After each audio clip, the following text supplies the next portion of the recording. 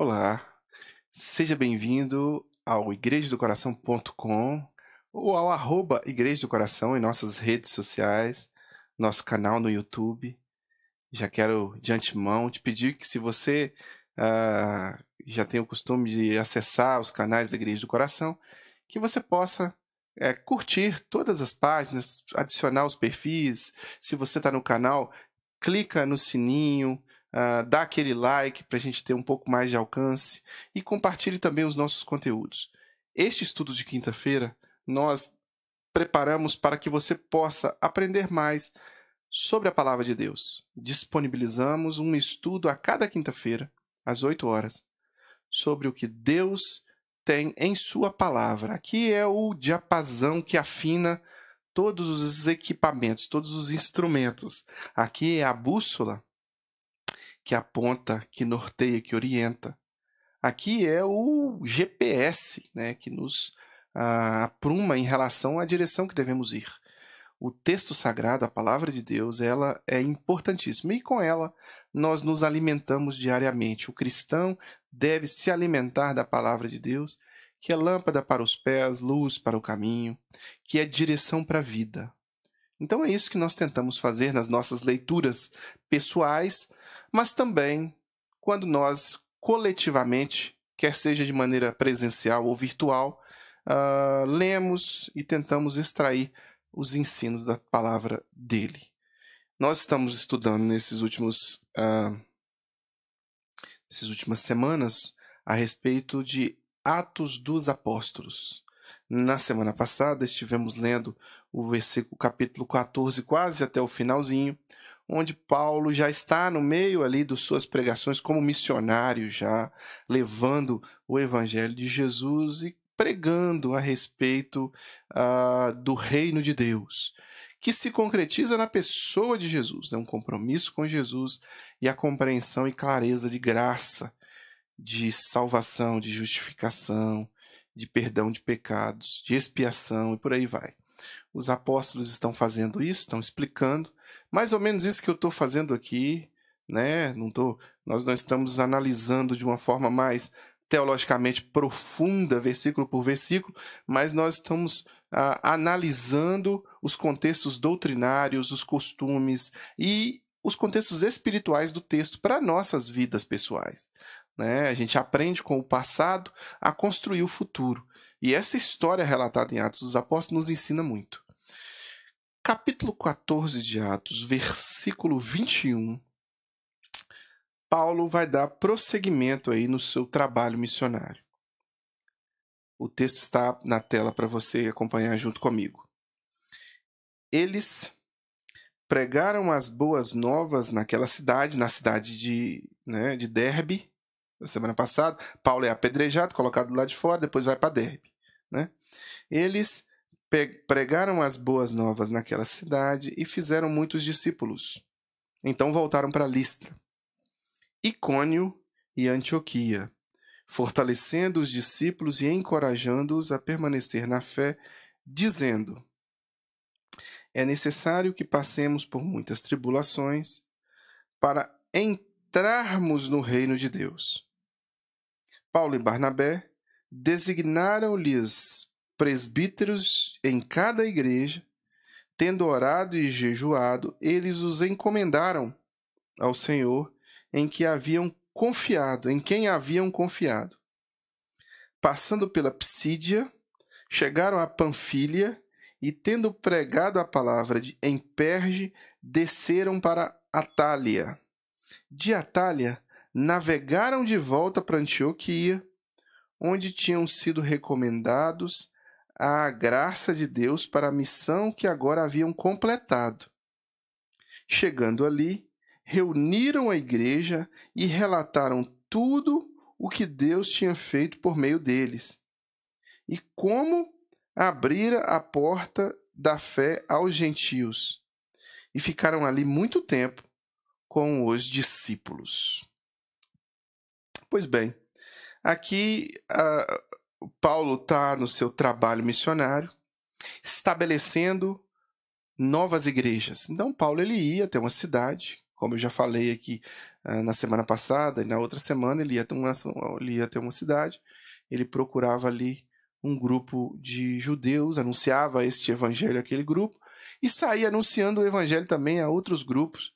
E esses grupos ali se convertiam, pessoas à fé cristã, a Jesus, e essas pessoas convertidas, Paulo estruturava ali uma igreja, estabelecia uma igreja e logo deixava um responsável ali para mentorear, para pastorear, uma pessoa mais madura, alguém que Paulo estava mais próximo, alguém que estava ali indicado por Deus para que pudesse liderar aquela igreja. E Paulo sim arrumava as trouxinhas dele, as malinhas dele, e ia para outro lugar, estabelecia outra igreja e o processo se repetia. Depois, às vezes, os apóstolos enviavam alguém para vir liderar a igreja ou para estar junto da igreja durante um tempo, mas não era prática de Paulo ele estar fixo ali e não sair daquele lugar, não. Ele era mais nômade, né? Ele saía, são chamadas viagens missionárias de Paulo. Aqui, Paulo menciona os apóstolos, né? Enquanto ele está fortalecendo e encorajando a fé destes discípulos, ele menciona algo muito importante, não só na história de Paulo, mas num contexto cristão, isso é extremamente importante, porque faz parte da história de todo cristão. No versículo 22, fortalecendo os discípulos e encorajando-os a permanecer na fé, dizendo: é necessário que passemos por muitas tribulações para entrarmos no reino de Deus. Olha só, isso é uma verdade da Sagrada Escritura que é negligenciada muitas vezes por cristãos ou por pseudo-cristãos ou por cristãos nominais. Esta verdade de que é necessário que passemos por tribulações, que é necessário encarar as tribulações, ela já havia sido anunciada outrora pelo Mestre Jesus. O Mestre Jesus deixou claro para os apóstolos e para os seus discípulos que o seguiam que a vida de segui-lo, que a pessoa optando por uma vida de seguir a Cristo, de segui-lo, não seria um mar de rosas perfeito. Ele disse: no mundo tereis aflições, mas tende bom ânimo, porque eu venci o mundo. Então, às vezes é produzida um ensinamento no meio dito cristão em que o crente não passa por tribulação. Pelo contrário, ao se tornar cristão, as tribulações que nós passamos servem-nos como preciosos professores e nos ajudam mais ainda a trabalhar o nosso caráter, trabalhar nossa perspectiva de fé, perseverança e esperança no Mestre Jesus. Esperança no porvir, esperança no lar eterno e por aí vai. Jesus é aquele, meus irmãos, que nos ensina a passar pelos sofrimentos e saber que a presença dele está conosco. O grande problema são as heresias que tentam arrastar você para a ideia de que cristão, ele, quando está com Deus, ele está isento do sofrimento. O apóstolo Paulo diz que todas as coisas cooperam para o bem daqueles que amam a Deus e que são chamados segundo o seu propósito. Inclusive, os sofrimentos cooperam para o seu bem. Se você realmente é alguém que ama a Deus e que é chamado segundo o seu propósito. Viver uma vida cristã é entender que passamos por momentos de alegria e momentos de tribulação, calvário, tristeza, e que todos esses momentos têm um ponto em comum. Quer você coma, beba ou faça qualquer outra coisa, festeje, se alegre, se entristeça, qualquer outra coisa, faça para a glória de Deus. Deus é glorificado com suas tribulações. E Deus ajuda você a passar pelas suas tribulações. Cristianismo é a compreensão clara e evidente de que Jesus está conosco no barco apesar da tempestade, que ele caminha conosco no deserto apesar do sol escaldante, que ele é contigo no vale de ossos secos, ainda que haja desesperança, a esperança habita em você, na pessoa de Jesus que mora dentro do seu coração. Então, Jesus é este que produz esperança no meio da desesperança. Jesus é esse que produz luz em meio às trevas. Jesus é esse que está com você. Ele não vai te livrar do mal. Ele não vai fazer com que os problemas não venham, mas ele vai ajudar você a passar pelos problemas e vai caminhar com você em meio às tribulações, concedendo a você vitórias. Sim, ele concede, porque maior é o que está em você do que o que está no mundo. E a vitória nem sempre é acontecer aquilo que você quer. A vitória é você estar no centro da vontade de Deus. Ela é boa, perfeita e agradável. Aqui eles ensinam isso para esta igreja, para este grupo cristão. Eles oram, eles estabelecem ali presbíteros, né? Líderes, e eles dão sequência às suas viagens. Agora, eles retornam de suas viagens e vão para uma reunião com a igreja de Jerusalém. Lembra que nós estávamos lá atrás, se não me engano, no capítulo 11, o apóstolo Pedro havia tido a visão, no capítulo 10, de que deveria levar o evangelho a toda criatura. A igreja não havia entendido isso, porque até então elas estavam com a prática de levar o evangelho somente aos judeus. E aí Pedro tem uma visão, e Pedro reúne a igreja, faz um grande concílio, faz uma grande convenção ali e vai explicar que Deus estava deixando claro que eles não haviam entendido as ordens de Jesus sobre pregar o evangelho a toda criatura, até os confins da terra, e que a partir dali eles agradeceram a Deus e foram realmente compelidos pelo Espírito Santo a pregar também aos gentios. Agora, mais uma vez, na volta do apóstolo Paulo, ocorre aqui uma grande reunião em que eles vão discutir questões que são ligadas à praxis cristã e são ligadas à praxis cristã daquela época que nos ensinam hoje também. Vamos lá, capítulo 15, versículo 1 em diante. Você pode acompanhar na tela. Alguns homens desceram da Judéia para Antioquia e passaram a ensinar aos irmãos: se vocês não forem circuncidados, conforme o costume ensinado por Moisés, não poderão ser salvos. Isso levou Paulo e Barnabé a uma grande contenda e discussão com eles. Assim, Paulo e Barnabé foram designados, junto com outros, para irem a Jerusalém tratar desta questão com os apóstolos e com os presbíteros. A igreja os enviou e, ao passarem pela Fenícia e por Samaria, contaram com os gentios como os gentios tinham se convertido. Essa notícia alegrava muito a todos os irmãos. Chegando a Jerusalém, porém, foram recebidos pela igreja, pelos apóstolos e pelos presbíteros, a quem relataram tudo o que Deus tinha feito por meio deles. Então, se levantaram alguns do partido dos religiosos que haviam crido e disseram: é necessário circuncidá-los e exigir deles que obedeçam à lei de Moisés. Os apóstolos e os presbíteros se reuniram para considerar esta questão. Depois de muita discussão, Pedro levantou-se e dirigiu-se a eles: irmãos, vocês sabem que há muito tempo Deus me escolheu entre vocês para que os gentios ouvissem de meus lábios a mensagem do Evangelho e crescem.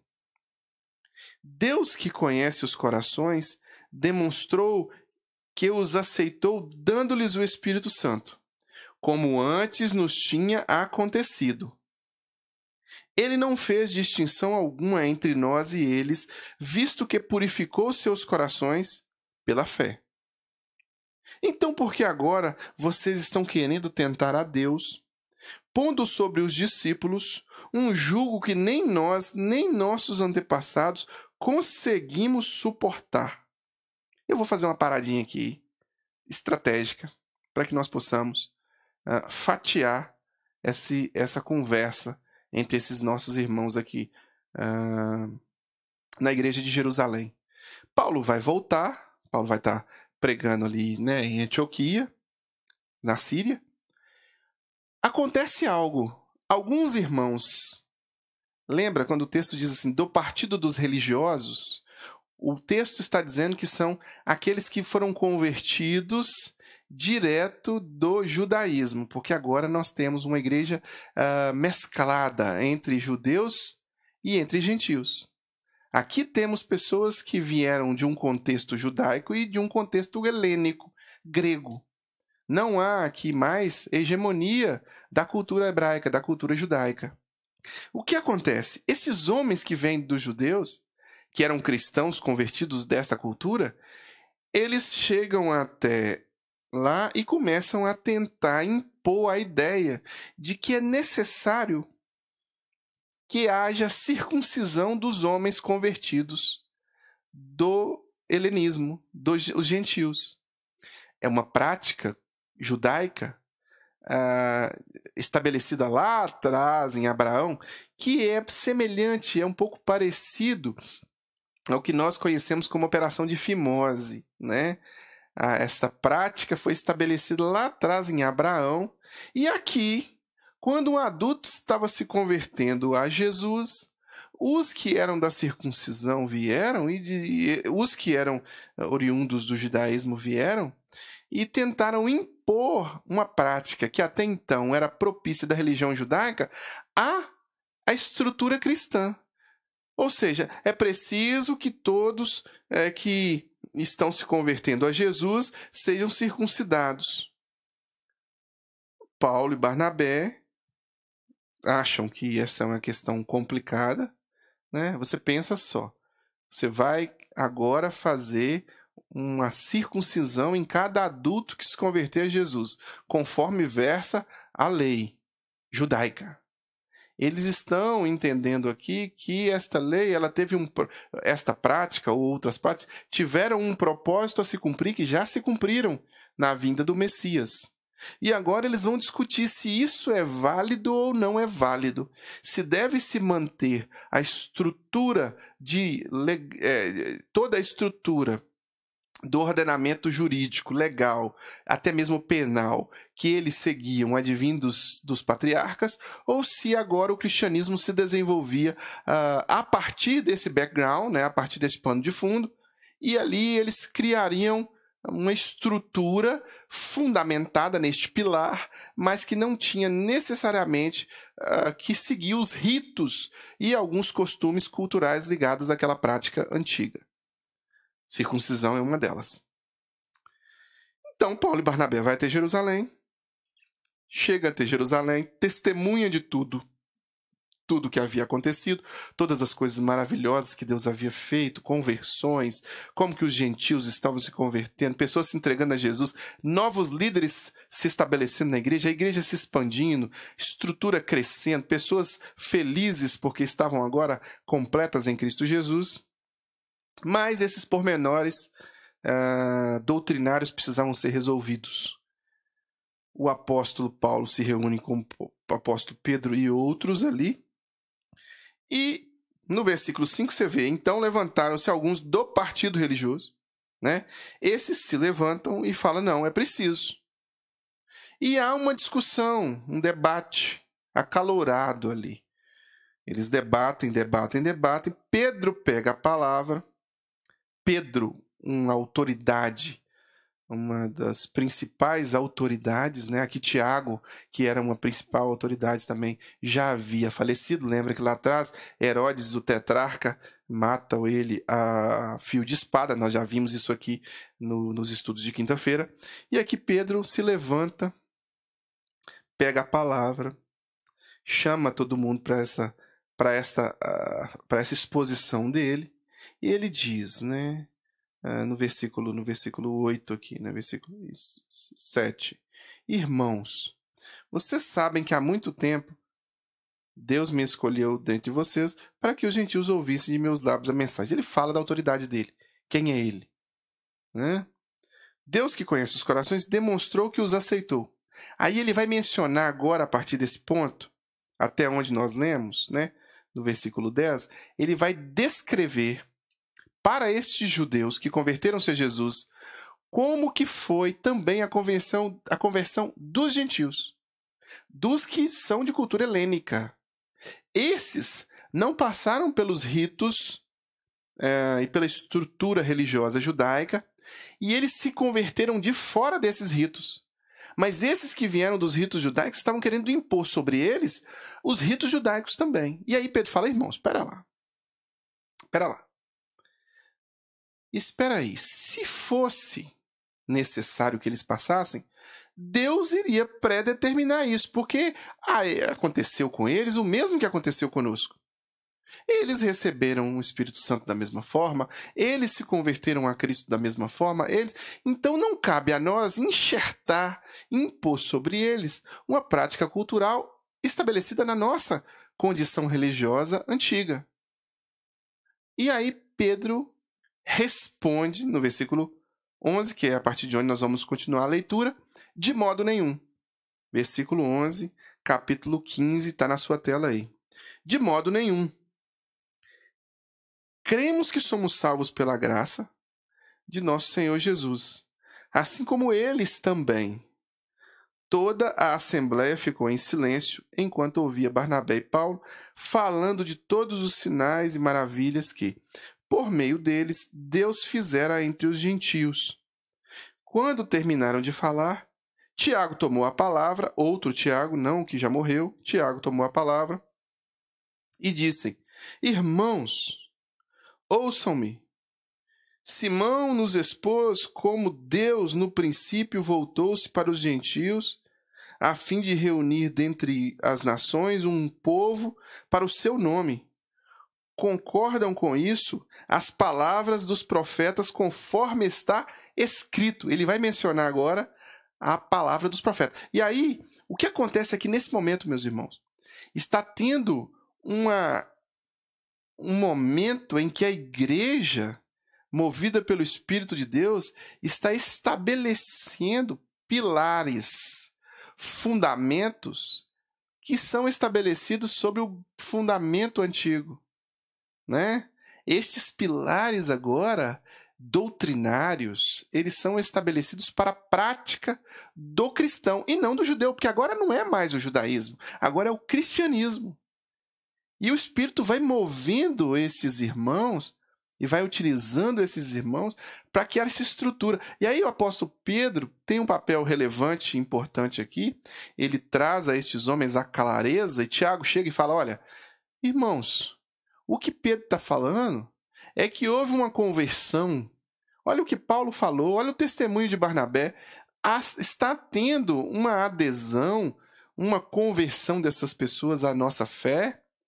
E com eles está acontecendo as mesmas coisas que ocorreu em nós, então nós não devemos discriminá-los ou mesmo devemos impor sobre eles costumes culturais que são ligados à nossa prática. Agora aqui há uma só igreja, não dá para ter o partido dos que não são judeus e o partido dos judeus. Aqui, o partido aqui é Cristo Jesus. Jesus é o cabeça desta igreja, dessa conexão toda aqui. E ele vai citar aqui, olha, depois, versículo 16. Depois disso, voltarei e reconstruirei a tenda caída de Davi, reedificarei as suas ruínas e a restaurarei, para que o restante dos homens busque o Senhor e todos os gentios sobre os quais tem sido invocado o meu nome, diz o Senhor, que faz estas coisas conhecidas desde os tempos antigos. Portanto, julgo que não devemos pôr dificuldades aos gentios que estão se convertendo a Deus. Ao contrário, devemos escrever a eles, dizendo-lhes que se abstenham de comidas contaminadas pelos ídolos, da imoralidade sexual, da carne de animais estranguladas e do sangue, pois Pois desde os tempos antigos, Moisés é pregado em todas as cidades, sendo lido nas sinagogas todos os sábados. Olha aqui que coisa fantástica. A sabedoria do Espírito vinda sobre Tiago e trazendo esta unidade no seio da igreja. Aqui há necessidade de união. Então ele diz, olha, aqui vamos fazer o seguinte, meus irmãos, nós não vamos impor isso sobre eles. O que nós vamos ensinar é o processo natural de santificação que todo cristão tem que passar. Então vamos aconselhar eles sobre a abstinência de alimentos sacrificados a ídolos. Ou seja, há um combate aqui à idolatria, né? Na semana passada nós vimos que o apóstolo Paulo e Barnabé haviam passado por um processo de tentar combater a idolatria no coração daqueles homens, desses mesmos gentios, desses mesmos homens, né? Adoradores de Zeus, adoradores de Hermes, e que não estavam entendendo a mensagem de adoração a Jesus. Então, Tiago fala, vamos ensiná-los a não se alimentar, a não praticar idolatria. Se abster desses alimentos consagrados a ídolos. Vamos ensiná-los a também não praticar imoralidade sexual, né? Então, o que ele está fazendo aqui, a questão do sangue, ele está ensinando, ele está versando sobre o ensino cristão de busca de santidade, né? Por exemplo, o que o mundo hoje que nos cerca considera natural e normal, o cristão ele não se encaixa nesse normal, nesse natural, quer seja nos padrões de sexualidade, quer seja nos padrões de normatização ou sistematização da iniquidade e do pecado. O cristão, ele é orientado a fugir dessas coisas, ele é orientado a viver de uma forma diferente. O apóstolo Paulo vai dizer que nós não devemos nos conformar a este modus de vida, né? Não vos conformeis com este mundo. A Bíblia vai nos orientar a, de fato, vivermos em santidade. O que é a palavra santidade? Santo, hagios, né? Do Antigo Testamento, kadosh, separado, ou seja, você vai se separar deste contexto ou dessas práticas. Aqui, o que Tiago fala é, devemos apenas ensiná-los a serem realmente cristãos devotados, buscarem santidade e não impormos práticas culturais que nós acreditamos muitas vezes que tinham o seu propósito, mas que agora, de fato, elas não devem ser o fundamento do cristianismo. Essa discussão ela acontece e aí ocorre ali uma espécie de carta desta reunião, deste concílio, né, aos cristãos gentios. E nós vamos vê-la, e nós vamos ver esse ensinamento, essa sistematização na próxima semana, na próxima quinta-feira, às 8 da noite, aqui, nas redes sociais da Igreja do Coração. Agora, caminhando para o final, eu vou orar por você, né? Antes de orar, eu não posso deixar de encorajar você a participar conosco presencialmente. Todo domingo, 20 horas, nós nos reunimos na Avenida Dom José Gaspar, número 185, bairro Coração Eucarístico, Belo Horizonte. Você será muito bem-vindo às 18 horas no domingo para estar conosco, celebrando o Senhor. Mas se você estiver longe e quiser ter acesso virtualmente ao que vai acontecer no domingo, em tempo real, ao vivo para você, às 18h20, a nossa reflexão. O culto começa às 18h e na hora que eu pegar a palavra para pregar, às 18h20, Refletir Online entra no ar.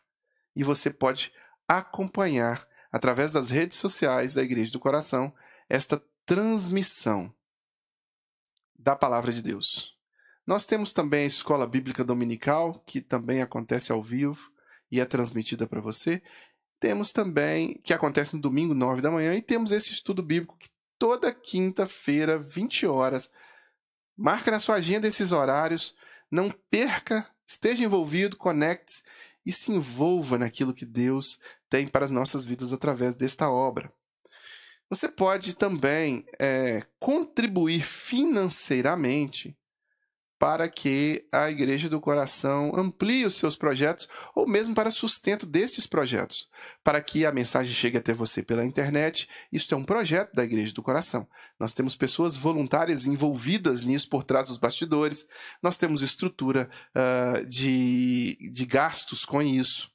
Nós temos gastos com materiais, gastos com internet, gastos com transmissão. Nós temos toda uma estrutura que é montada para que chegue até você. Assim como nós temos uma estrutura de templo para que abrigue os nossos cultos, cadeiras, mesas, água, luz, telefone. Então, as coisas que ocorrem numa igreja, elas demandam gasto. E você pode ajudar também a contribuir para que outras pessoas sejam abençoadas, sustentando esta obra, através dos seus dízimos, através das suas ofertas. Você pode contribuir com uma transferência online ou com um depósito bancário para a conta que está aí na sua tela, no vídeo, né? Você pode também contribuir enviando para a gente um e-mail no financeiro@igrejadocoração.com, pedindo que a gente envie um boleto para contribuição. E nós vamos ter o prazer de enviar para você um boleto e você vai contribuir através de boleto, né? Também você pode contribuir através do PicPay. Se você tiver o aplicativo PicPay, basta você abrir aí o aplicativo e abrir aquela parte na câmera onde você pode focar ali no QR Code. O QR Code ficou aí durante uma boa parte do tempo em nossa reflexão. É só você chegar ali e você vai contribuir através do PicPay.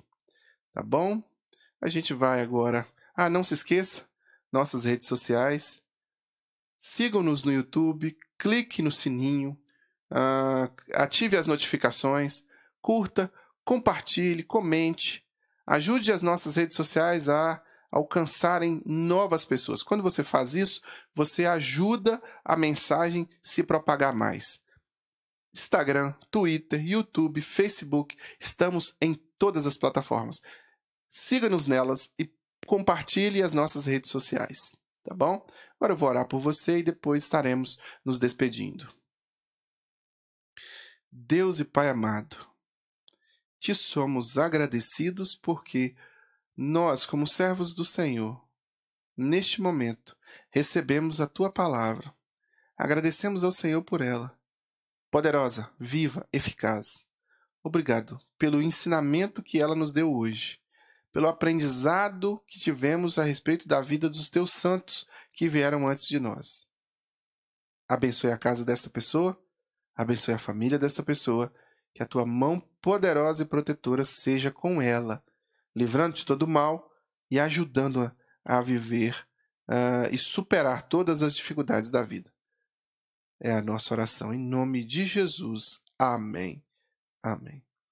Que Deus te abençoe. Que Deus guarde você e sua família. Até nosso próximo encontro.